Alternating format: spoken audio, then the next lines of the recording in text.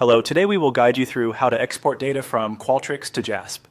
If you've collected survey responses in Qualtrics and want to analyze them in JASP, this process is quite straightforward. In this walkthrough, we'll move from your survey workspace in Qualtrics to downloading a file format that JASP can work with. Take your time with each screen and make sure your responses are ready before exporting.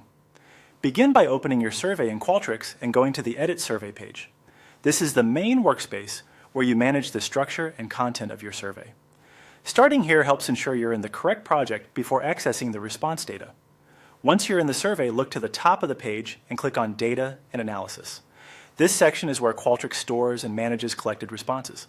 It's the area you'll use whenever you need to review, filter, or export your survey data for use in other programs. After that, find and click Export and Import. This menu contains the tools for moving data in and out of Qualtrics. Since the goal here is to take your existing response data and use it in JASP, this is the correct place to continue. From the Export and Import menu, click Export Data.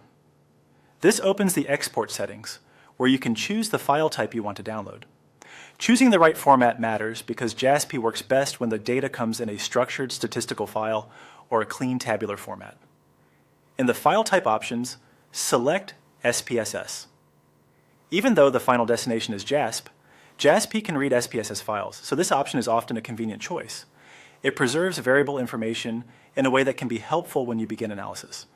If your browser takes a moment here, that's normal, especially if the survey contains a large number of responses. Finally, click Download. Qualtrics will prepare the export file and save it to your computer. Depending on your browser settings, the file may go directly to your Downloads folder, or you may be asked where you want to save it. It's a good idea to store it somewhere easy to find, especially if you plan to import it into JASP right away.